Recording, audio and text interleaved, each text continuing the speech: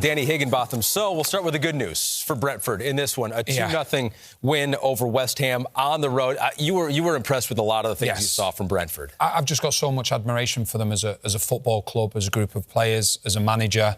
It's not really been spoken about, but they lost their assistant manager. He went to Anderlecht. Thomas Frank brought in a new one, a close friend of his, Klaus Norgard. And it's not been a problem at all.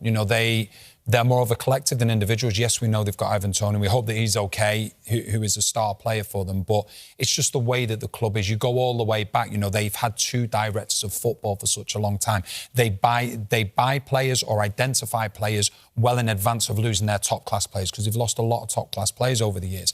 So Thomas Frank, a new contract, fully deserved, and he just keeps getting better and better results. And the game plan today was absolutely brilliant, and it wasn't a fluke that they won the game today. They thoroughly deserved it. It's funny you mentioned their ability to replace significant players on their team.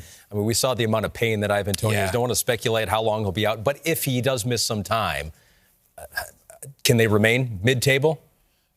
It's all about what they do in January. When I spoke to Thomas Frank, I asked him about January. He said, regardless of the injury to Ivan Toney, it was a situation where they were looking and thinking to themselves, yes, we do want to bring in an attack-minded player, but it has to be a specific player, because with Brentford, they will play a certain way against the top six, which is being more counter-attacking, whereas against the rest of the teams, they have two styles.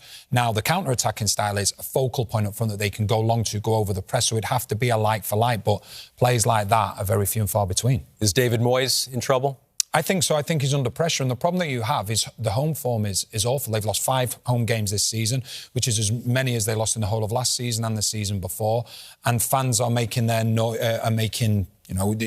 they're showing what they feel, the booing and everything. So without question, there's going to be pressure on David Moyes.